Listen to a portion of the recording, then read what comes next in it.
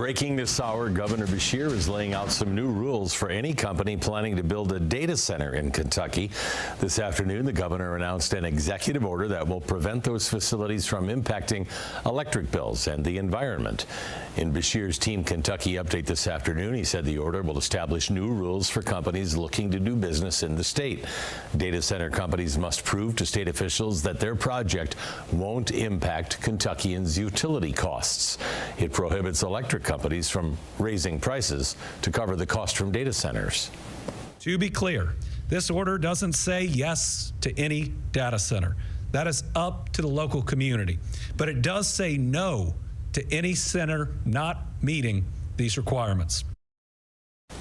Many data centers now going with a plan to produce their own electricity on site. Beshear says project leaders need to prove their data center won't affect air quality, water, wetlands, or any natural resources as well. Recently, data centers have become so controversial, with many families across the country concerned about how it could impact their communities. Several local governments are passing or considering temporary pauses on data centers.